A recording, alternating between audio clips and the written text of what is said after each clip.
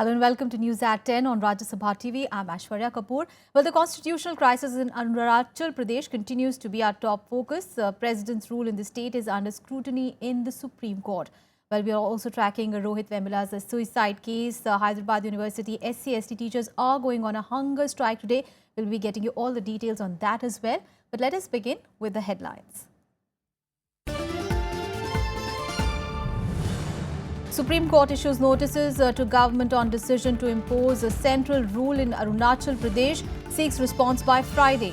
Congress says it has open mind in reaching out to rebels. SC/ST teachers at Hyderabad Central University to go on a hunger strike. This after protests against Rohit Vemula's suicide escalate. Central University students join the call for a nationwide strike.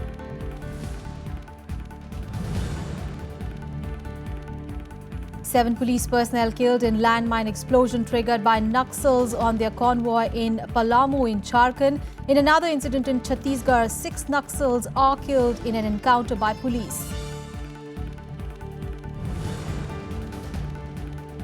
In the Australian Open, Serena Williams marches into the finals of Australian Open. Novak Djokovic takes on Roger Federer in the first men's semi-final today. Sania Mirza and Martina Hingis in mixed doubles finals. And astronomers discovered the largest known solar system. It consists of a large planet that's nearly 15 times the mass of Jupiter, and it takes nearly 1 million years to orbit its star.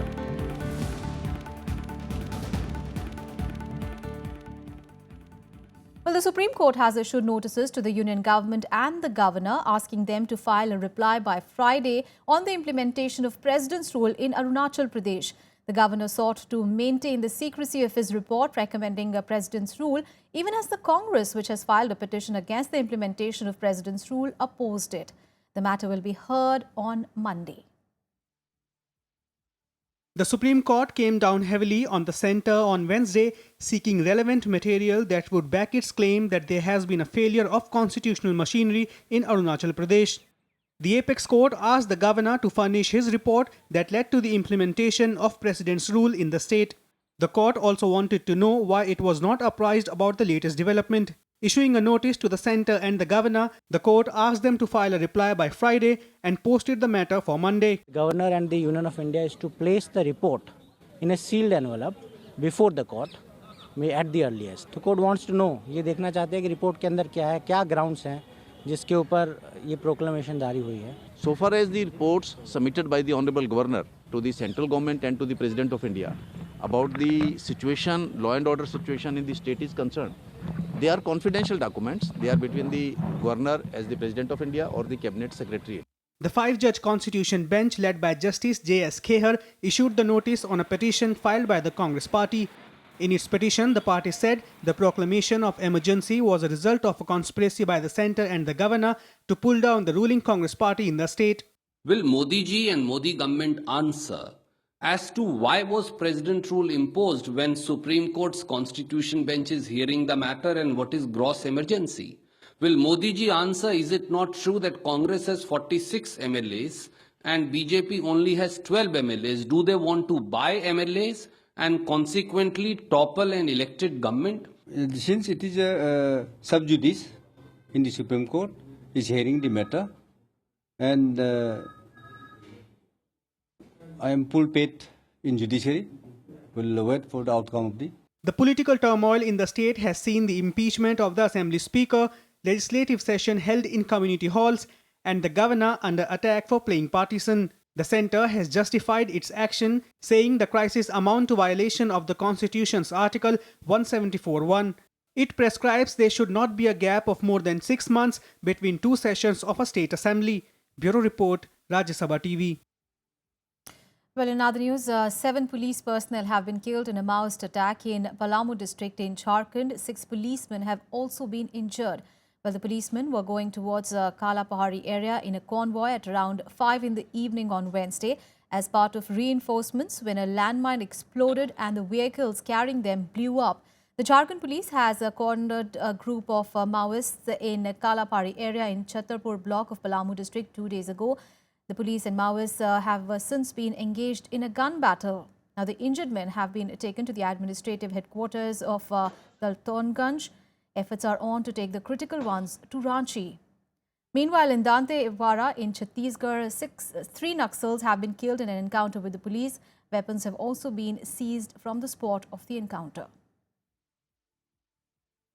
11-12 बजे के आसपास जैसे मतलब पहुंचे तो फिर आपके जो लखापाला और पुरम पारा के बीच में तगड़ा मतलब मुठभेड़ हुआ था नक्सलियों के साथ, जिसमें 3 नक्सली मारे गए. Well, news coming in from Hyderabad, where the SC and the ST teachers of the Hyderabad Central University are going on a hunger strike today over the demand for resignation of the Vice-Chancellor and the in-charge VC in the wake of Rohit Vemula's suicide case. The call for a nationwide strike by the Central Universities was backed by universities in Chennai as well as the JNU. In Chennai, dozens of students were detained for demonstrating against Union Ministers Smriti Irani and Bandaru Dattatreya. It's been 10 days since Dalit scholar Rohit Vemula committed suicide. But protests at the Hyderabad Central University show no signs of fading. A fresh batch of students joined the hunger strike after the condition of the previous group of 6 students worsened on Wednesday. Some of them were forcibly taken to the hospital, but the protesting students vowed to continue with the strike till their demands are met. इनकी स्थिति ऐसी है कि ये वो बोल भी नहीं पा रहे हैं. अभी जब वो बात कर रहे हैं तब भी हेडेक हो रहा है, उनको चक्कर आ रहा है और इनकी हेल्थ भी बहुत तेजी से डिटीरियरेट हो रही है. Our demand is only unless until if we are not get our demands, we won't leave our this struggle. Why? Because our first primary demand is VC Apparao should be removed that VC post. Why? Because this is we are doing here as a project just to social justice for Rohit Vemula, not for any compensation or any employment anything, only for the justice. Among the students' demands is the ouster of Vice-Chancellor P. Apparao, who is currently on leave, and the promulgation of the Rohit Act aimed at preventing suicide of university students belonging to scheduled castes, backward classes and minorities. Go back, go back. We want justice. We want justice. We want justice. The interim Vice-Chancellor's appeals to end the protest have fallen on deaf ears. In fact, the agitating students have threatened to intensify the stir in the coming days, with Rohit's birthday on Saturday, the 30th of January, to be marked with the Chalo Delhi protest. This protest will go on and we are going to intensify the protest. Till now, no government official has come to talk to us. So we are going to intensify the protest. Already in overall India, all the central universities are protesting again, already shut down, and we are going to stall this thing again. On Wednesday, the protest reached nationwide as student organizations from different central universities observed a one-day strike demanding justice for Rohit Vemula.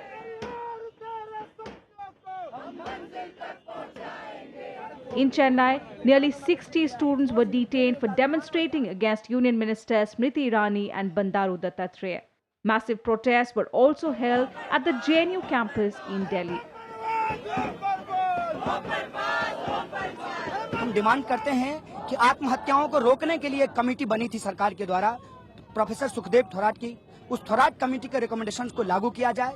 साथ ही साथ जो culprits हैं इस case में involve हैं, चाहे वो स्मृति ईरानी हो, चाहे वो दत्तात्रेय हो, चाहे अप्पा राव हो, इनको इस्तीफा देना पड़ेगा, इनके ऊपर कार्रवाई करनी पड़ेगी सरकार को. Meanwhile, Rohit Vemula's father has sought a judicial probe into his son's death.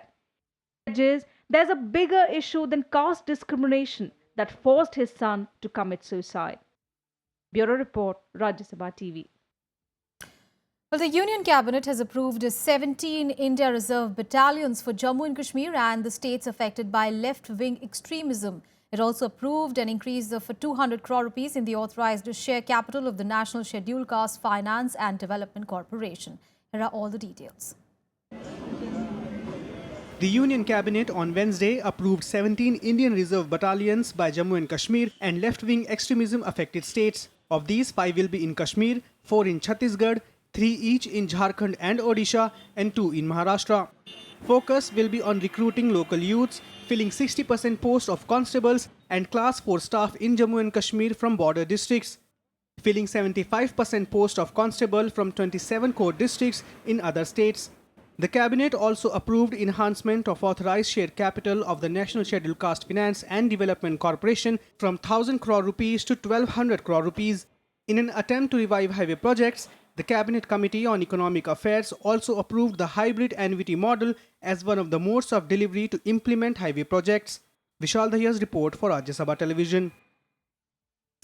Well, Prime Minister Narendra Modi has taken strong exception to people's complaints and grievances related to the customs and excise sectors. Now, he has directed strict action against the officials responsible. The Prime Minister's directions came while chairing the 9th meeting of Pragati. Well, it is an IT-based multi-model platform under which he interacts with top officials of various central departments and state governments via video conferencing. The Prime Minister has also asked all secretaries whose departments have extensive public dealing to set up a system for top-level monitoring of grievances immediately.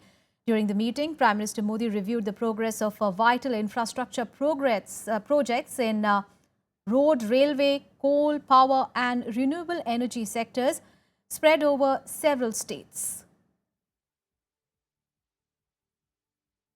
And the BJP Parliamentary Board will meet today to welcome Amit Shah to his second term as party president following his election on Sunday. Now, Prime Minister Narendra Modi and all other members of the party's highest decision-making body are expected to attend this meeting.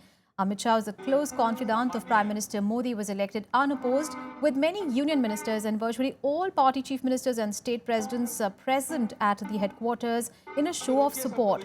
Modi was among the leaders to have proposed Shah's name for a new term. Now, veterans L.K. Advani and Murli Manohar Joshi had given the exercise a miss, and Amit Shah had met both of them subsequently. And a look at the other events lined up for the day in the day ahead. Vice President Mohammad Hamid Ansari will release the second volume of President Pranab Mukherjee's memoirs today. The book, titled The Turbulent Years, covered the period from 1980 to 1996, discussing the president's quiet role in calming and managing erstwhile Soviet Union elements, while former Prime Ministers P.V. Narasimha Rao and Manmohan Singh unleashed landmark economic reforms, quashing Soviet-style economic models.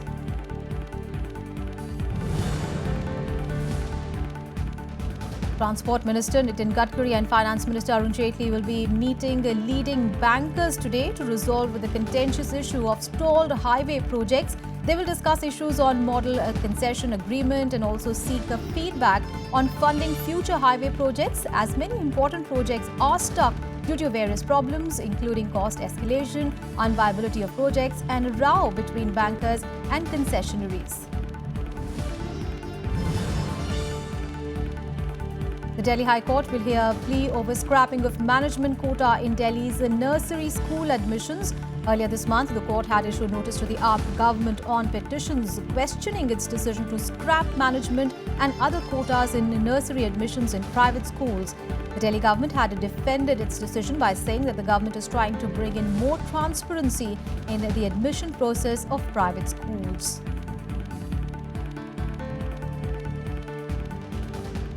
A very short breather here. We'll be right back. Stay tuned.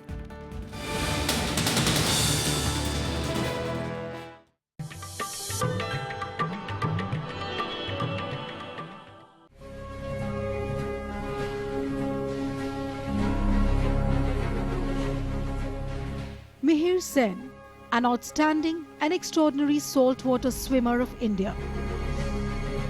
He is the first Asian to swim the English Channel way back in 1958. And just 8 years later, in 1966, he swam the 7 seas of the 5 continents in 1 calendar year, which etched his name in the Guinness Book of World Records. In 1959, he was also conferred the Padma Shri, and in 1967, he was awarded the Padma Bhushan.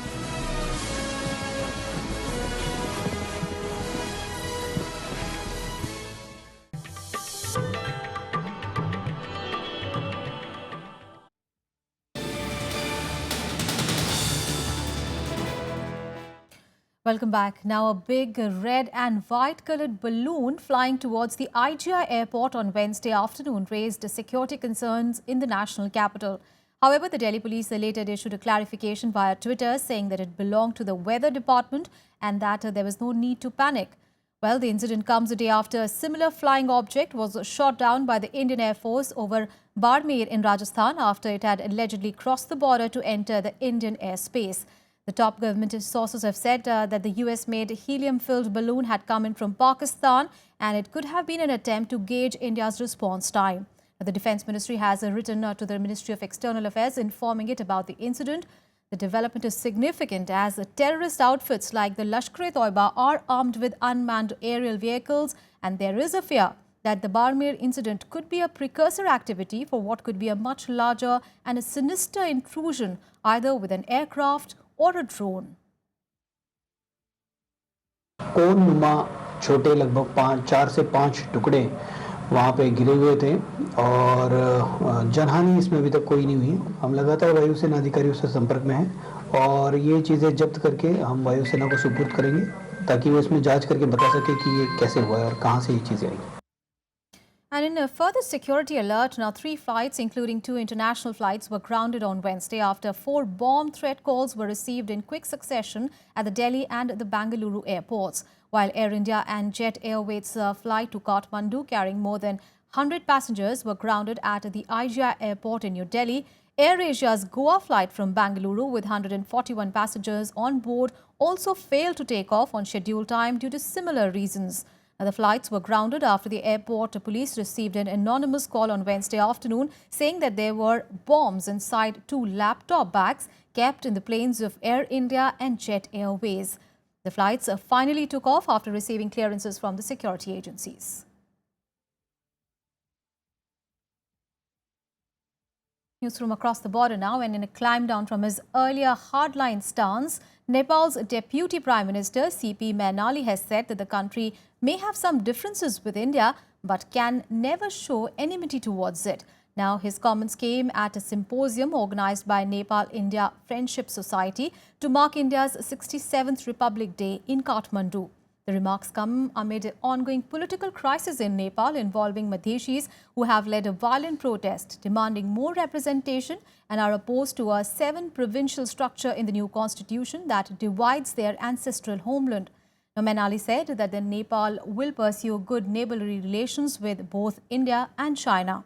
His latest statements are in stark contrast to his stance reflected in November last year when he had accused India of trying to disintegrate the country and annex the Terai region.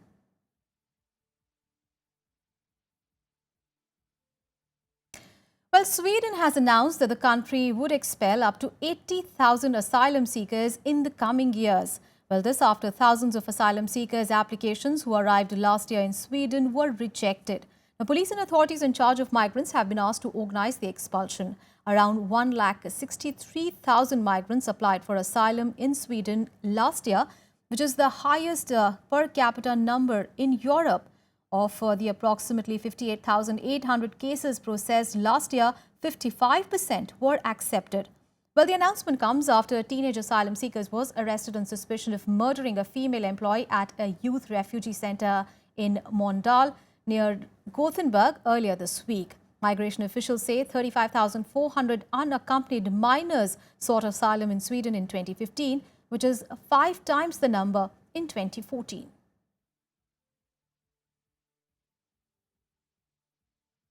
Meanwhile, back home, 31 member countries of the Organization for Economic Cooperation and Development have agreed on rules to stop companies using complex tax arrangements to avoid paying corporate tax. Well, the agreement will make it harder for firms to hide money in tax havens or play one country's tax authority against another. Firms such as Google, Amazon and Facebook will now have to pay tax in the country where the profits are made. The move follows public anger at the tax practices of some multinationals. Well, Google's deal to pay £130 million to the UK's HM Revenue and Customs in back taxes for the past decade has seen it being widely criticised for not paying its fair share of corporate tax.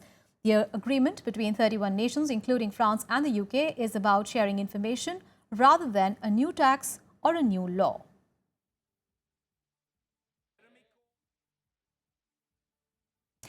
Switching gears now, and astronomers have discovered the largest known solar system, consisting of a large planet that nearly takes 1 million years to orbit its star.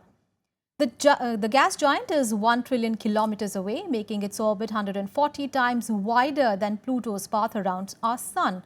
Only a handful of extremely wide pairs of this kind have been found in recent years. Well, this planet is between 12 and 15 times the mass of Jupiter. This system is nearly 3 times the size of the previous widest star-planet pair. The star and its planet were found by a survey of young stars and brown dwarfs in Earth's neighborhood.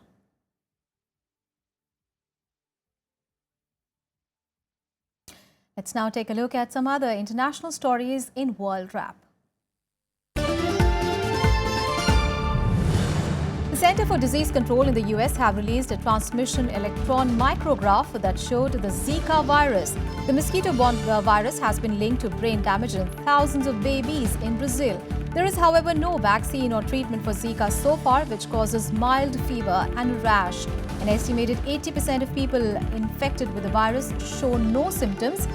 The vaccine for the virus could take as much as 10 years to be developed.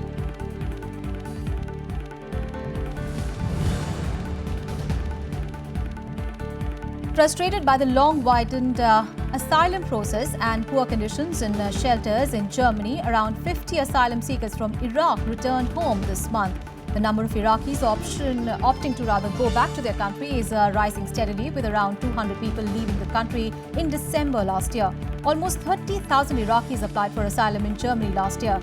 The Iraqi embassy in Berlin has issued 1,400 passports recently for Iraqi migrants who want to return home.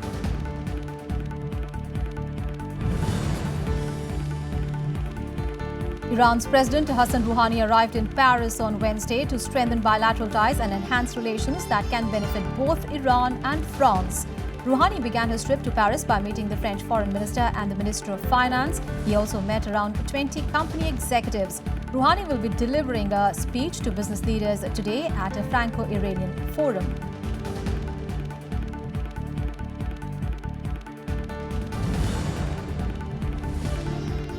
The leaders of Turkey's pro-Kurdish opposition party has called on the international community to put more pressure on the Turkish government and the Kurdistan Workers' Party fighters, or the PKK, to return to peace talks. The opposition leader said on Wednesday that the country's conflict is no longer a domestic issue, as the increasing violence was directly linked to the Syrian conflict and the Europe migrant crisis. Turkey is seeking the boost, looking at the worst violence in 2 decades after 2.5 years of ceasefire with the PKK collapsed in July last year.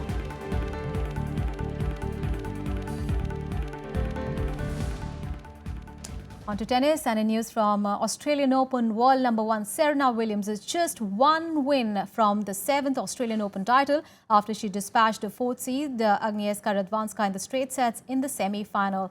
The defending champion, who is vying for her 22nd Grand Slam title, was in imperious form in a 6-0, 6-4 win.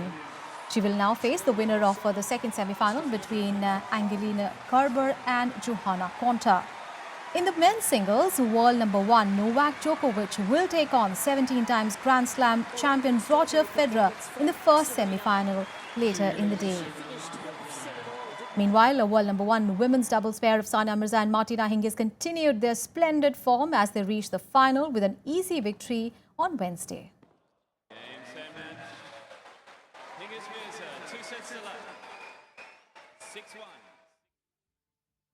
Splendid form there, and a look at the other sporting action in Sports Wrap.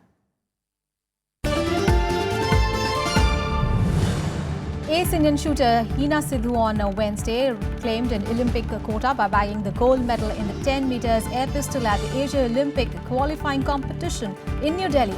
Despite starting off with an average score of 9.8, she managed to stay ahead for most of the 20 shots final round, but this was India's 9th quota from shooting for the Olympics.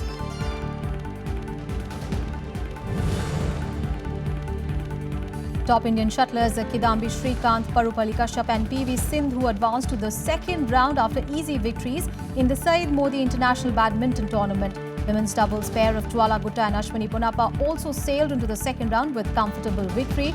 However, fifth seeds HS Pranoy and RMV Gurusaidat bowed out after faltering in first round itself.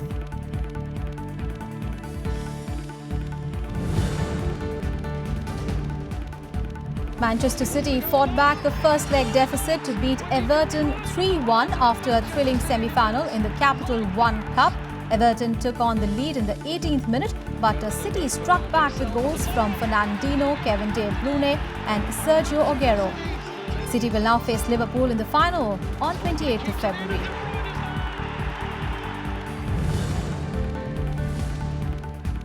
Chelsea's midfielder Ramirez has joined Chinese side Jiangsu Suning in a move reported to be worth up to £25 million. Ramirez joined Chelsea in 2010 from Benfica and he scored 34 goals and 251 appearances for the Blues. The 28-year-old Brazilian has had agreed to a new 4-year deal in October, but only started 7 Premier League games this season. That's all in this edition of News at 10. Thanks so much for your time.